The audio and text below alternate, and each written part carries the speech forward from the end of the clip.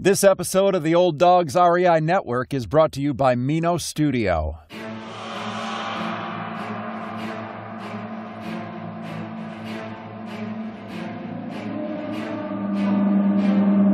In a world where jobs are how most people make money, one man, one desire, one challenge dares to break the mold. Welcome to the Old Dogs REI Network, where we don't work for money. Money works for us. Coming soon. Viewer discretion advised.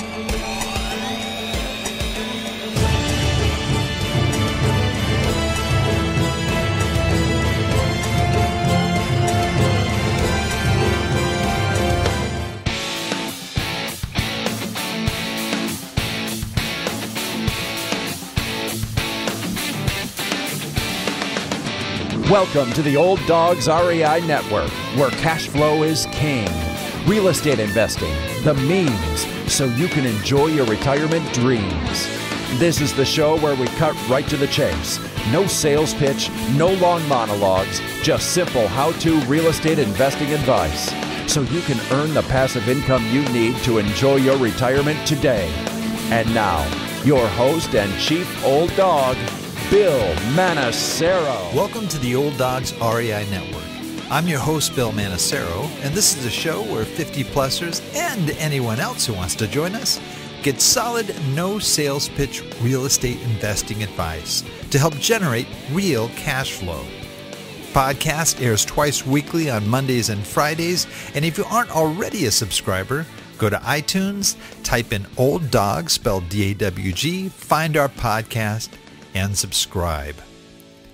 Well, we have a neat show ahead for you here. This is a neat story. I've got a fellow Californian here that going to be sharing her story. We're going to be talking with a young lady named Pam Scamardo.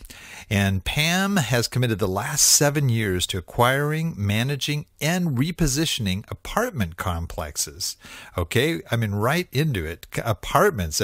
Most people, start with houses or whatever, but we'll hear her story more. But she specializes in maximizing passive income for partners while preserving investor capital. Pam manages a multifamily asset portfolio valued at over $4.3 million through successful syndications. Currently, Pam serves as the founder and managing partner of TPK Properties LLC, a privately held multifamily investment company that acquires, manages, and renovates medium to large-size apartment buildings in California, Arizona, Oregon, and Washington. Prior to founding TPK Properties LLC, Pam worked as an aeronautical and mechanical engineer at Lockheed Martin, Boeing, and UTC Aerospace. She managed projects that entailed detailed financial projections, new product developments, product launching, analytical testing and reports, as well as managing a global stress and design team. Pam has a BS degree in aerospace and mechanical engineering from the University of California, Irvine, and an MS degree in aerospace engineering from the University of Southern California. Pam is also an enrolled agent with an emphasis on real estate taxes. Whew, that's quite a background you got there. Welcome, Pam, to the Old Dogs REI Network. Hi, thank you. Wow, you have you got a great background there, and it just never fails to surprise me anymore that there seem to be more engineers in real estate investing than any other one profession, and I think that it's probably got to be just all the numbers and all the factoring that you do and calculating things out, not just financially, but just projections in terms of profits and properties and all those things. I don't know what it is, but it's got to be something that works, because I've talked to so many engineers now that are in real estate investing. And you are so right. I love numbers, and that's probably why this speaks to me a lot. I love doing taxes, loved engineering, and now real estate investing. It's all about the numbers for me. So it works out.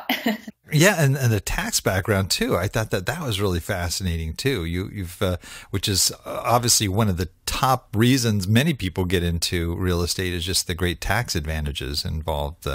So that's neat that you have that insider track on taxes as well. Right. Yeah, it's great to just understand how your investment flows through your personal taxes, and then to be able to explain that to my friends and family and partners, investors and everyone alike, of just like, this is such a wonderful investment vehicle to pursue. It's so neat. Well, I'd love to hear just your background. How did you come into real estate? It seemed like you started a totally different track. And I'd just love to hear how it all came together. Yeah, well, I always loved numbers, right? I think I was just, perusing around Barnes and Nobles, just looking for good investment books to kind of read about and kind of learn, because I wanted to just invest in other things aside from stocks, bonds, or in the mutual fund market. And my colleagues and I had always been talking about, well, hey, what are we going to do when we retire? Because we're not going to get any pension plans. For us, we don't get grandfathered into what our company has. And then we've seen some of the uncertainties in, having a 401k plan, and how that's kind of panned out for, our parents' generations and whatnot.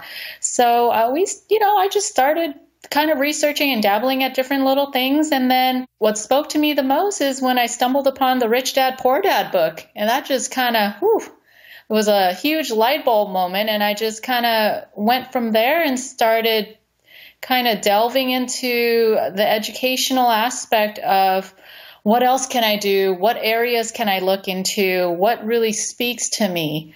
And it just took a lot of, there was a bit of daydreaming as well, because I started thinking, what can I do with my free time if I ever get to that point, or if I could retire early? And so that's kind of what has fueled my whole real estate investing journey. I picked up a Commercial Real Estate Investing for Dummies book just to kind of look through it and see what it was all about. And that was it. It spoke to me, and I've never turned any other way since. I love investing in apartment complexes, and I did it on the side as I was working full time, and was able, to take the jump and quit my 9-to-5 job.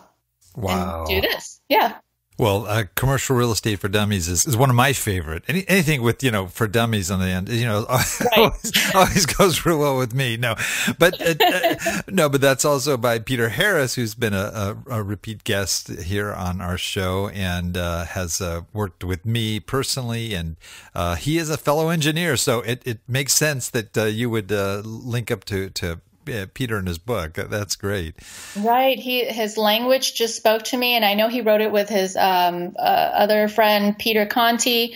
It was just spelled out so easily for me to understand, and I think that's probably why it spoke to me so well. And I remembered after I read it, I was like, I'm going to hunt this guy down, one of these Peters. And and I connected with Peter Harris as well, and he's been such a great mentor, consultant through the years. I've worked with him off and on here and there, personally. And I wouldn't be here without his help as well, starting from reading his book, Oh, that's great. Well, I would be really curious to hear, okay, how did you take that first step? And you're talking about, you literally, the first thing you bought was an apartment building? The first thing I bought was a 6-unit apartment building in San Diego. Wow. California. Now, where do you live? Where are you located? Right now, I'm currently located in Rancho Cucamonga in the Inland Empire. I know where that is. Yeah, of course. Okay, so you started investing in California, which it's a pretty high-priced area to get started in. Exactly. And back then I was working in San Diego. And so I thought, it'd be nice to really learn by just investing in my own backyard. And I believe Peter Harris is also a huge proponent of this as well, if you're starting off, just so that you kind of understand all the intricacies involved when investing in your first property. So I kind of set my radius to be like within 15 to 20 minutes from where I lived at the time. And I luckily found this property is a 6-unit REO property, bank owned by Wells Fargo. They wanted nothing to do with it. 2 units were completely gutted, and they just wanted someone to take it off their hands. And I may have lucked out with the market cycle as well, Bill. At that time, I believe it was around 2012, 2012. Yeah, good time to buy. Yeah. And I just jumped in, so I didn't even plan for that. It just kind of happened to, all kind of align. And I was able to acquire the 6 unit with the help of partnering with 2 of my colleagues who I probably talked their ears off every day, with my journey. Every time during our lunch breaks or coffee breaks, I'd tell them like, hey, I've connected with an agent, or hey, I'm looking at this property. And, so they saw me go through the journey and how passionate I was. And I think that's really what kind of persuaded them and convinced them to really work with me, because they already knew my reputation from working together with me at UTC Aerospace down in San Diego, and then just feeling my passion for it. I think they were just kind of on board with it. And I showed them the numbers, because we're numbers people after all. Right. The whole deal. And I was like, look, we'll buy it for this much. We need to do some renovations because 2 units are down, but once they're rented at market price, here's what you're going to be getting. And that was my first deal. And I tell you what, it's the hardest to set foot in the first deal. But once you do the first one, get one under your belt, you're good to go. And I'd love to just encourage anyone out there, if you're kind of dabbling, you're not unsure, just go ahead and try it. I totally agree with you. I think that's always the tough one, is that first step. I would say we can all get caught up in analysis paralysis and, all the research and reading the more books and, listening to podcasts and all these other things. But there is that point where you have to make that step. And it sounds like it was definitely a good move for you. I'd be curious too, how did you find that property in REO? I mean, did you go right to the bank? How did you actually find that property? Well, the first thing I did was I signed up for local REI clubs that meet up. Back then, I don't think there was an app called meetup.com yet, and I don't know if you're aware of that. Yes. Yeah, so back then, I don't even think that was popular or even started yet. So it was just calling around agents. I called agents, or I just tried to Google of like, is there even a club near me? Is anyone even doing this? I wanted to just meet people and kind of see what they're doing. And so I recall, just attending one at the Scottish Rite Center in San Diego. And I believe the presenter was like a mobile home specialist. So that was his thing. That was his niche. And he was talking about that.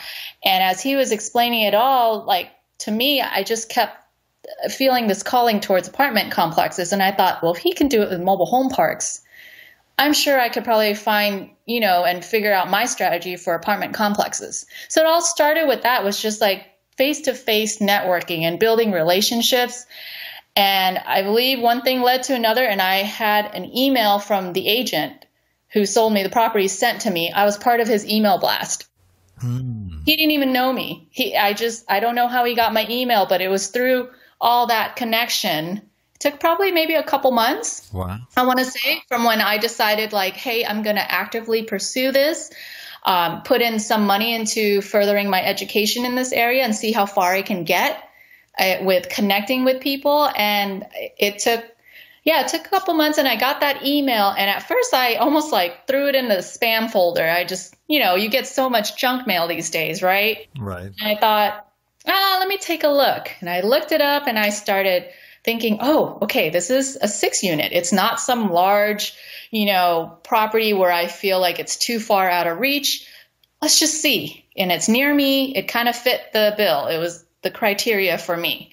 And at that time, I'd been working with Peter Harris as well. And so, with him kind of being my consultant and kind of guiding me into, taking the first steps to reaching out, negotiating, that's how I was able to acquire the first property. Because I tell you what, I was so scared initially. I didn't know what to do. I didn't know if I was going to lose all of my money and my friends' money as well. But when you're armed with, enough information And that gut feel, which is very hard to put on paper. Yes. I talk about this a lot, is the gut feel is like, it could come spiritually as well, but it's just, when you meet people, you just kind of know this is going to be a good or a bad connection. Right. You just kind of trust that. And that's something I've learned through my career in commercial real estate investing, is that even if the numbers look great, but if my gut feel doesn't align with it, don't do it. Right. So my gut feel was like, jump. I mean, I just remember in my head, it did not make any rational sense because, as engineers, we can analyze forever. Right.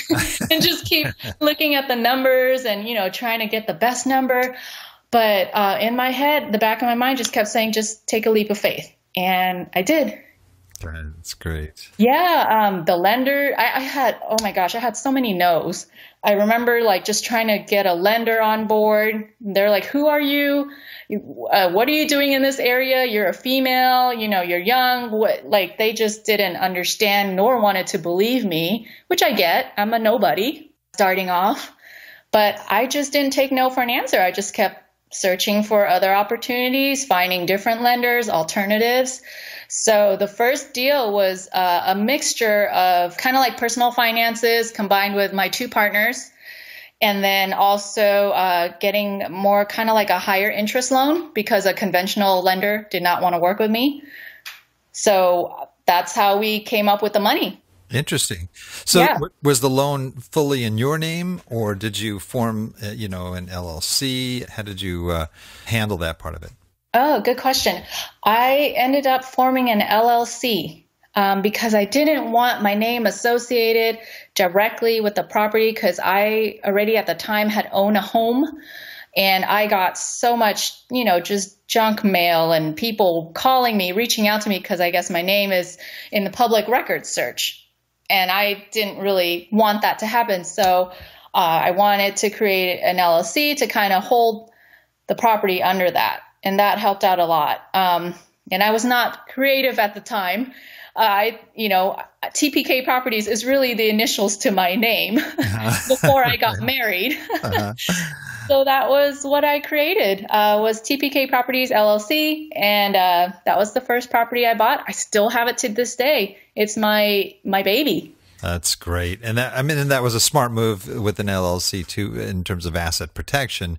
If there ever was a lawsuit or any of the tenants tried to pursue that, it certainly helps to have an LLC as opposed to just in your name, which would be, they could just go after every asset you personally have as well. So it's a good move. That was definitely a good move. Right. And I think I lucked out on that because I did not know that up front. I was just thinking more along the lines, how do I minimize people finding my name in a public records search? And then as I learned more about LLCs, that's exactly what you said, Bill. There's all these advantages.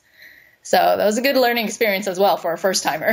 That's great. Now I'm going to probably dig into this deal a little deeper because one reason I think it's real helpful is that a lot of our listeners are in a similar position that you were before you started. They're either considering it or they're kind of looking at how to get started. So I want to just delve a little bit deeper, if you don't mind, in this. Now, did you have funds set aside that you were going to put into a property? Did you tap into a 401k? From your standpoint, I know you brought partners in, and I do want to know also what that looked like. Was it a formal partnership, or was it more informal? Did they just buy membership in your LLC, or maybe just? I'm sorry, I got a bunch of questions there, but so the funds, you had saved some funds that you wanted to use to purchase your first property, or did you take a loan on your house? How did you get started? Okay, so those are some good questions. So I'm going to kind of give you the premise of my lifestyle at that time. I was single, so I guess making an engineer's salary, and I didn't have any obligations to a family. So I was able to kind of save up a good chunk of money. I was making, a good amount of money, so I was able to set aside some money. So I had my savings, to be honest, that was liquid. I didn't pull out anything from my 401k. Or refinance or do anything like that. I had just a good chunk of money kind of set aside already.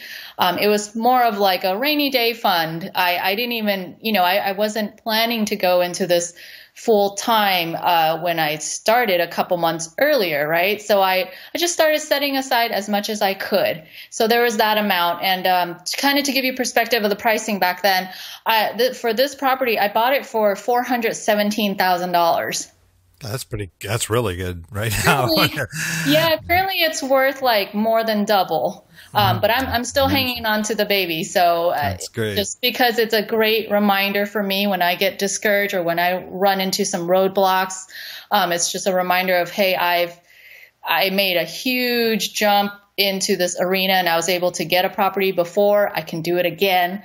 So it's a great encouragement to me. And so, and also with my partners, it was more informal because I'll be honest, at the time, I didn't know how to like formally set up a syndication. So I guess it was a informal syndication. My partners just said, hey, okay, we have like, I don't know, maybe 30 grand sitting there. If you want it, should we do like some sort of legal documentation? That's basically how we started talking about it. Right. And I thought, well, hey, that's a good idea. Let's really look into this. So we created promissory notes. So it's just a legal document just saying, hey, I'm going to lend you this amount. You're going to give me a certain return for, an X amount for however many years. And then at the end of the year term, you pay all of it back. So that was like my first rudimentary experience with like doing an informal syndication. So that's how we pulled in the money together. And then I was really upfront with my lender. And I said, hey, look, I'm a newbie, I'm a first timer here, but I have the funds ready to go. You ran my credit, my credit, I have the money. And these two guys also work with me. So I think that also helped out with the situation when I presented everything to the lender, that the money was going to come from three parties into the down payment. Gotcha. Yeah. Now did, in putting this together, did you negotiate your price with the agent, or was that the asking price? I did negotiate. Initially, they wanted higher, but I negotiated down to $417,000 with an extra $10,000 at close for like repairs, like seller credits, is what they put it under as. Okay. Mm-hmm. So technically, I got it for like $407,000 if you're looking at the net price I paid for it. Gotcha. So the loan included the construction that you planned? Okay. And how did you go about, even estimating what your construction costs would be? You're an engineer, probably wasn't that hard, but did you, call on a contractor? Did you, just try to estimate it yourself? Well, I did, because I'm an aerospace engineer, so I work on airplanes. Didn't really know much about, building homes and the construction sites so much. I had enough knowledge or had enough of a network of folks who I can always run things by if I was unsure of some of the numbers. So I did end up calling 3 general contractors to kind of create a bid and to let me compare numbers. And I always kind of go with the rule of 3. If you can get 3 bids on something, you'll have an idea of like who's overcharging, who's undercharging, but will come back and probably, add more later, and who's right about in the middle there. So when you take that average, it kind of gives you an idea of like, okay, ballpark, here's how much it's going to cost to get it all done. Now, since the whole 2 units were completely gutted, what happened was it's a 2-story, 6-unit complex. So the upstairs unit, I guess a disgruntled tenant turned on his bathtub, left it on for God knows how long, and it flooded the upstairs unit all the way to the downstairs unit. No way. Yeah. Oh gosh. Yeah. And so that's how the bank had it. And they're like, someone just fix it, take it and fix it. So I had to work with the city to kind of get permits and whatnot as well, because we had to replumb things and rewire the electrical stuff as well. So I did get quite a few bids from, a general contractor, but then like electricians for their specialty and then plumbers for their other specialties as well. So there was quite a bit of bids going on that I had to look over, and I would share that with my partners. And one of the things I do, Bill, is I like to be transparent in what I get or what I have going on. So I shared everything with the guys. And I appreciate their input as well of like, hey, Pam, can you go back and ask if they can, reduce the price on XYZ, or why do they need this? Can we find a more economical option or something like that? So it was a great and exciting learning process for me. Like, I love that part. I know my husband doesn't like that part too much, for example. Like, it's just, I love the negotiations, the acquiring process, and like doing repairs. This is really fun for me. My husband's more hands-on, like give him a task, he'll get it done, because he's also an engineer, but he's really good with all that stuff.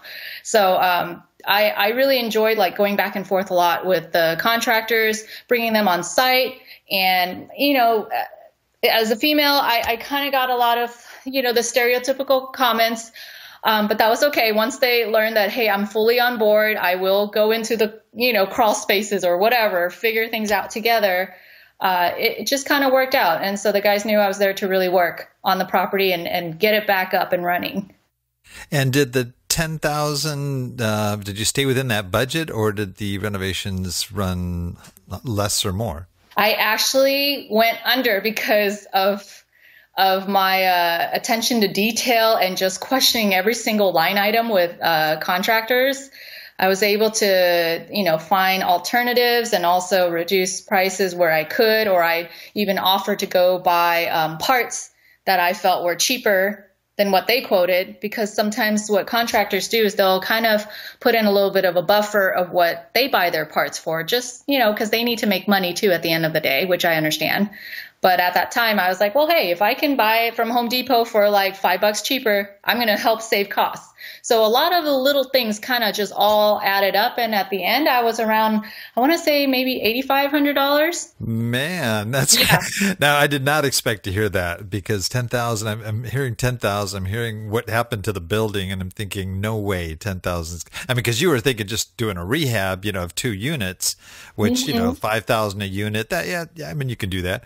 But with all the the mechanicals and so forth, wow, that is really impressive that you came in under budget. That just doesn't happen that often. That's great. Yeah, I think it was a bit of just knowledge and persistence and lucking out as well, because I just probably kept bugging the guys to death of like, are you sure it's going to cost this much? I feel like maybe it could be a little less based off of, the supporting documentation that I would provide. I wouldn't just kind of go back and say, hey, please reduce it. I would say, look, I've done my homework as well, and here's what I'm seeing. Can you meet me in the middle, or can you be competitive on this section and work with me on that? So that helped out. And a lot of the appliances initially, like the stove, the fridge, that we put in there, I had to kind of buy secondhand. So I think that really helped out a lot with reducing the whole rehab cost.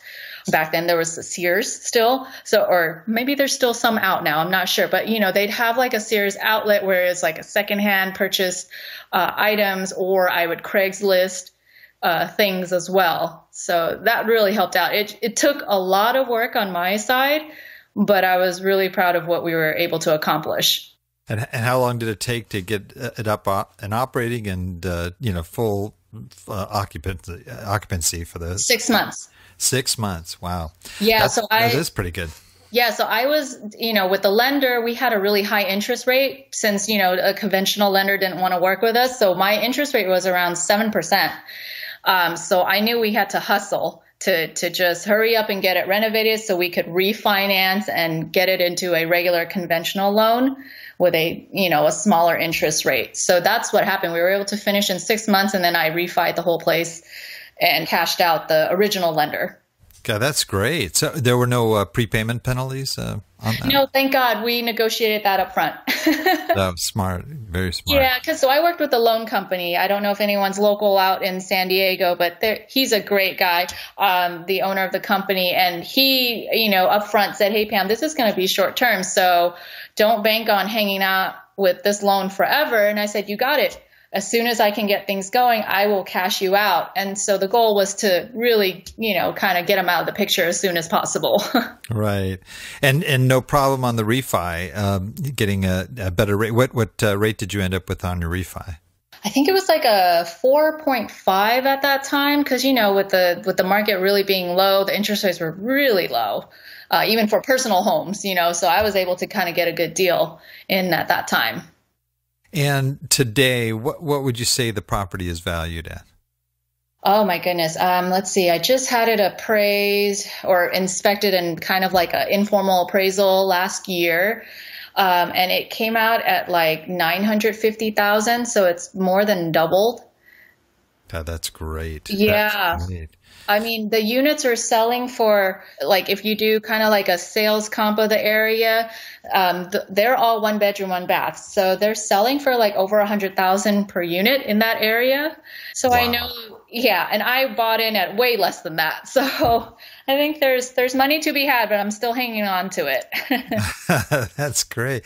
Okay, so you did this in 6 months. You had it refied, and it sounded like it was just rolling. Did you have a property manager, or were you managing it yourself? Oh, yes. I need to add my property manager was also on board from day one, and her name is Pam as well. She's still with me to this day. And she was also a hustler, a go-getter as well. And I have to say, I enjoy, working with female property managers. Not to say that I've had bad male property managers, but she and I just clicked, and we've been a good team ever since then. She knew what I was looking for. I explained my strategy and what we're going to do, and she was on board on top of it. She manages a huge management company, so I know we're not her only customer. And, we're probably a small size customer compared to what she had going on. But I was so glad that she was very attentive and just helping me achieve the goals for the property. That's so critical. I mean, especially since, you were working full time, you didn't really have time to, I'm sure, Yes. deal with the management aspect of it. So that's a great bonnet in your hat, so to speak, just to be able to find a good property manager right off the bat like that. Yeah, finding a good one really helps out in the long run, Bill. I really value really good property management teams. Just they help you get to where you need to be. Because at the end of the day, I don't want to be changing the toilets. And I don't want to get the calls at 2 a.m. of right. like something happening, there's a flood. So, yeah. Exactly. So thanks for her. So 6 months, this one's up and operating. How soon was it before you got your next property? Let's see. It would be in 2013 because I bought the 6 unit in August of 2012. So 6 months after that, we were ready in 2013. I want to say probably towards the end of that year. So I've averaged a property at least every year since. That's kind of been my average when I look back. I get a property or 1.5 properties every year. Interesting. And did you get another property in California, or did you go out of state? This time I ventured out. I decided that I was kind of confident of my skills and having to work with like a rehab property, which I realized, I really love this. It's not for everyone. People have to find what they really like out there, but this just spoke to me. I like working on apartment complexes, specifically rehabbing them, and then slowly raising rents and providing good quality, upgraded units for tenants to live in. That's pretty much my strategy, and I love doing that. And then I decided to venture out of state because the returns were more lucrative. So my next property was actually in Oregon. Oh, really? Yeah, I didn't want to go too far. I know you can get so much better returns, like if you go in the Midwest, Texas or out there. But I'm a little lazy with flight times. I don't want to fly too far. Uh-huh. So I kind of chose the West Coast as my little hub. So I went to Oregon, and that was my next property, and it was an 8 unit. An 8 unit. Okay. And then after that?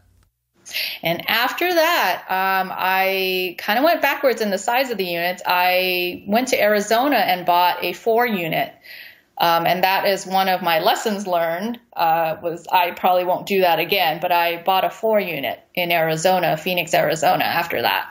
It was a very cheap property, so to speak, at the time. So I bought it for, I believe it was $90,000. Wow. I did not pay cash. I still had some of my colleagues and my partners just kind of like, I call them the sideliners. They're watching what I was doing, but they weren't jumping in with me yet. But I could tell they were getting there. They just wanted to see how many properties I could get. So I had two join me on that venture for $90,000, and then we sold it for $167,000 after a couple years of owning it. But man, that one took a lot of work. So that was one of my lessons learned. I bet. Well, when did you first decide to syndicate? Was it third, fourth, fifth property? How far down? So I guess I've been informally syndicating since my first property, but to formally start that process, it was in 2015. So, now it would be like 4 years ago. So that was when I bought a 16 unit. That's when I decided to formally I need to really get a legal attorney, real estate attorney involved and really set up our LLC, the documentation of who's going to get paid and how many people are in it, and the whole structure. So it was more formalized for a bigger sized unit.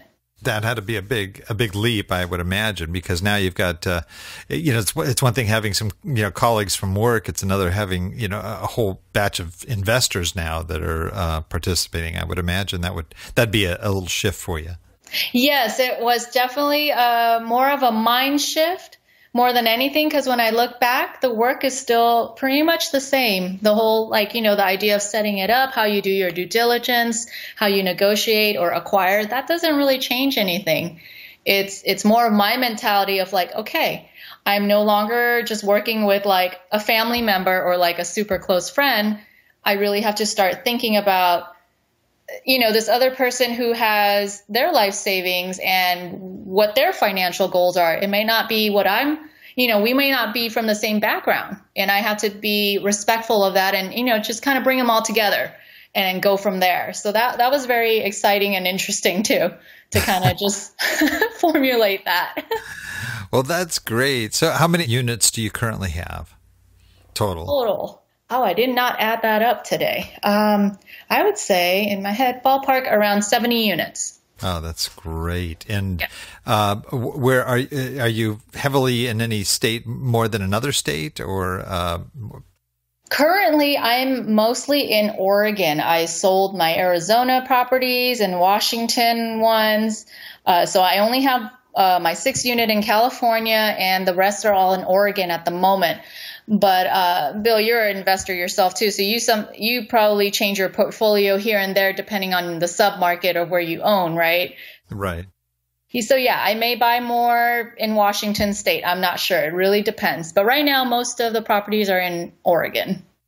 And how are you finding these? Are you primarily dealing with brokers that are bringing you sort of their off-market properties, or how are you, or direct mail? What are you using to? Because I know that's very competitive area up there right now.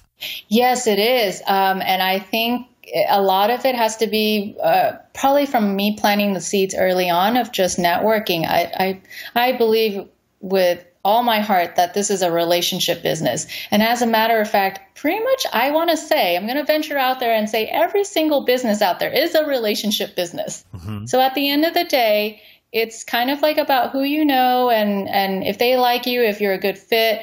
And so the more you can expose yourself, the better you'll be prepared for what comes your way. And so for the properties that I've gotten in Oregon, it was actually by word of mouth. And I guess the agent had heard that I was a out-of-state investor from California who likes investing in Oregon, and he approached me.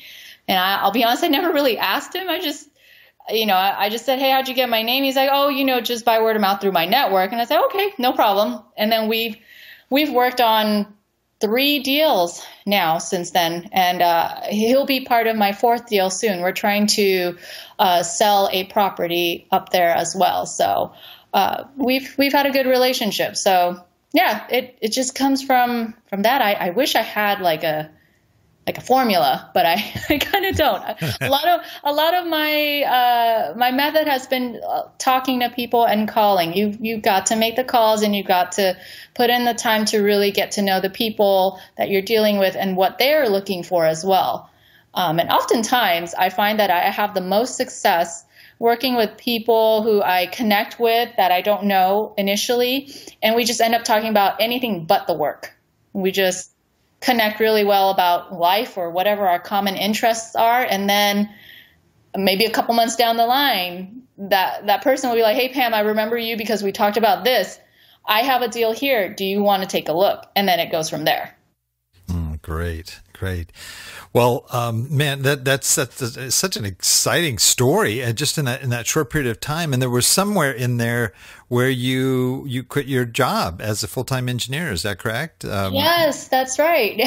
So in 2014, so 2 years after buying my first baby, I took another leap of faith and never turned back since then. Knock on wood. Wow, that's go on. That is so exciting. That's great. And no turning back, right? I mean, you're just, it sounds like you've got your hands full, just with the units that you have. And, well, I'll move to that in a second. I'm just kind of looking in retrospect here. There's in this process, I think I believe, like you do, that first purchase is so key, but I also believe it's that first purchase that really is when your real education starts. I think we can read all the books and all the blueprints and all the other programs out there, but really it's not until you buy that first property that you learn. And you're so right. And I think that in that process, there's also the mistakes that happen, or the sort of the big, and those are the greatest learning experiences, I think. I actually welcome mistakes because it's one more thing I can learn and know how to do better next time. But what would you say your biggest mistake was in this time that you've been investing in real estate? I think my biggest mistake was, and I mentioned this slightly earlier, is that I purchased a 4-unit in Arizona for cheap, meaning I just was looking at the price and I thought, oh my gosh, it's too good to be true. Like, why would anyone not buy this? Let's scoop it up. Maybe I found like a diamond in the rough or something. That's what I thought. But that was really a big mistake because what I learned were a couple things. It's 4 units, which doesn't fit my normal criteria. I buy commercial real estate, which is a minimum of 5 units and above, because I like having a lot of units under one roof, because there's just more rental buffers, so to speak. So if you got 2 tenants who aren't paying rent, but you have a 16 unit, you're not going to see a big dip in your income. It's going to help balance and cover it up. Well, when you have 2 units out of 4 not paying, you really feel that hit. So that was lesson number 1 for me. I did not like that. And then the second part was, no matter how cheap the property is in your eyes, you cannot make it become a good deal due to its, lower socioeconomic market that it's in. And that was probably my biggest mistake, was that I didn't fully understand that specific sub market right in that spot. And I just kind of overlooked it with my goggles of just like, ooh, it's a good deal, I'm just going to buy it. Right.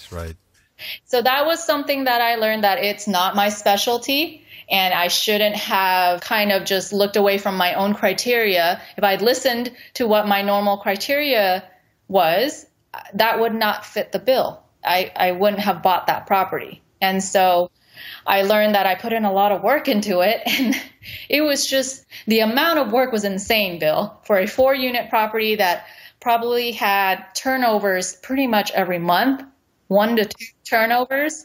We couldn't have a tenant there for longer than 6 months for the life of us. We tried so hard we even did concessions, kind of giving deals or discounts of like, hey, we'll give you a discount if you stay for, this with the lease for this long. Oh, we'd lose them in like 2 months for whatever their reason was. And then being that it was in that area, there was also outside influences that we could not control, such as, there's sometimes drug addicts hanging out at the property, or we had burglaries that happened and people just didn't feel safe. So it was a big lesson in that it's not my niche, and I know other people can manage and handle that, but that was not for me.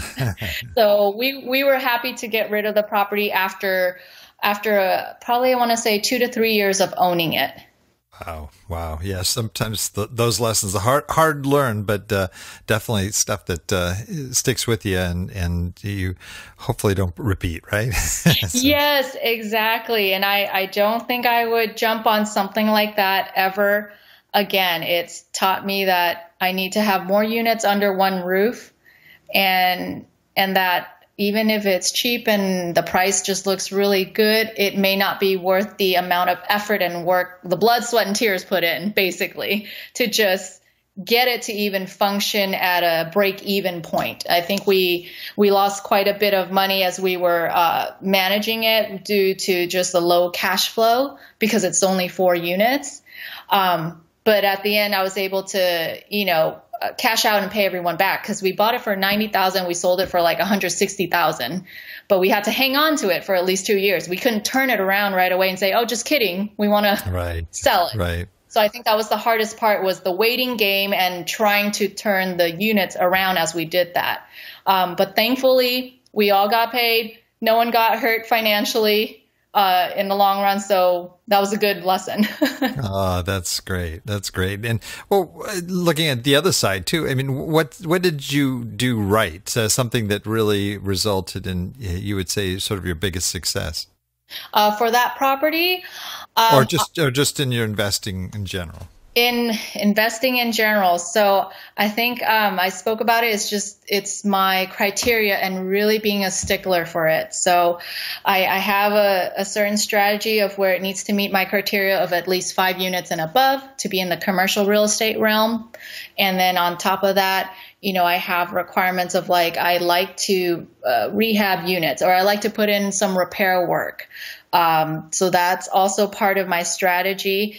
And then here's the thing, I love the 2 ends of the spectrum. One is providing like quality housing to tenants, because I myself was a tenant before, and I certainly appreciate being treated well by a landlord versus like, the typical stereotypical stuff that people say about like, slumlords. Right. So for me as a service is I like to provide quality living for tenants. So when I get in, it's like I love doing repairs and upgrades to as much as I can for tenants. And then on the other side, I love managing my investors' capital and money, meaning that I love like increasing their rental income, like the net income that they receive every month. And then when we refinance, cash out, or maybe sell the property, they get all their money back plus more, because there's usually profit on top of that. So that makes me happy. So that's usually kind of like what drives me to be successful, is that it's providing a service to both ends of the spectrum. And I know that's kind of sounds weird saying it, but I love doing that. It's like I'm helping people who can't afford to buy a house yet, or maybe choose not to buy a house, but I'm also helping people at the other end who want to grow their retirement nest egg. And with each property, I learn more things and more tidbits of how to increase, the money for my investors. That's really what it is. Every property has a story, has a lesson. I feel like it's almost like a God-given lesson to me each time I buy a property. Mm-hmm. And I learn from that. And each time it's like I love implementing my expertise to those deals as a steward of the investor's capital. That's neat. Yeah. That's really neat. I love that. That's the first time I've heard somebody say that they get the thrill out of seeing, almost like under promising over delivering, the idea of maximizing their investors' funds and just getting excited about that's so neat. That's awesome. Right. And I love just kind of telling them for what it is, of like, hey, if you're going to invest with me and I'm telling you you're going to get an X amount percentage off this deal because this is how this deal will work. And then I give them a bonus. Like it just makes everyone happy. It makes me feel good that I was able to like exceed their expectations. And they get extra money in their bank account at the end of the day. And then on top of that, the tenants still have like good quality living, which makes me happy as well, because we were tenants, or I was a tenant before. And I'm also now a mom of like 1.5 kids. I have one on the way. Congratulations. Thank you. And so family's important. And so that kind of tugs at my heartstrings a little bit when when I meet tenants, and I see their living conditions or, just their lifestyle or their backgrounds. It really just tugs at me sometimes, probably because I'm a mom too. Sure. Well, we have a lot of folks listening that are 50 plus. Some are sort of approaching retirement. Some are already in retirement. And a lot of these folks are, they're listening to the show because they're either already involved in real estate investing or they're considering getting involved. What advice would you have for those folks that are listening to this and saying, wow, could I start with multifamily? Could I actually do that? What would your advice be for those folks? Well, my first advice would be just get out there and meet people. And I think the generation that you're talking about is you guys are really, really good with the face-to-face connection. I mean, let's be real. We got, us millennials or just young kids who we'll just zone out with a cell phone, text right? Everybody. Yeah, like I'll text you or my dad and he's like in the next room or something versus just walking over, you know, and I admit that will be, that's sometimes probably insulting, but you guys are really good at that people-to-people connection. And I just want to encourage all you guys out there and women as well to just go out there and just meet people, maybe attend, some real estate clubs. Just see who you can connect with. If you have, a retirement nest egg that you want to grow, you want to dabble in it, something that piques your interest, just jump at it and invest in your education.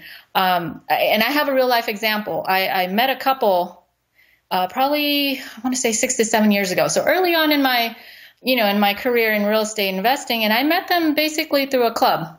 They were in their early 50s. They wanted to diversify their retirement portfolio. So instead of just only investing in, I call it like paper money, the stocks and bonds and all that, right. They wanted to do some property deals.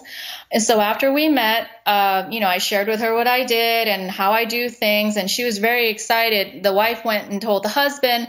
And so they got on board and invested about $40,000 with me to start off. And I was able to grow their capital in 5 years with a solid 8.5% return on their money. And so that I know they didn't give me their whole life savings, thank God, because I don't want that either. I wanted them to really, be comfortable with the money that they were investing just to see how this works. I really wanted them to get a taste of it and also to help accelerate their retirement fund. So yeah, in 5 years, we sold the property, cashed them out. They had a good run with me and had a little extra bonus profit after that because we sold it at a profit. And fast forward to January 2019, this month, they are officially retired. They are 59 years old. That's neat. Oh, wow. That's great. Yeah. So, that was with careful planning with their, they had their 401k. They also have their pension plan helping out, but I also help accelerate their other savings to get there. And so that makes me feel good when I get to work with folks like that.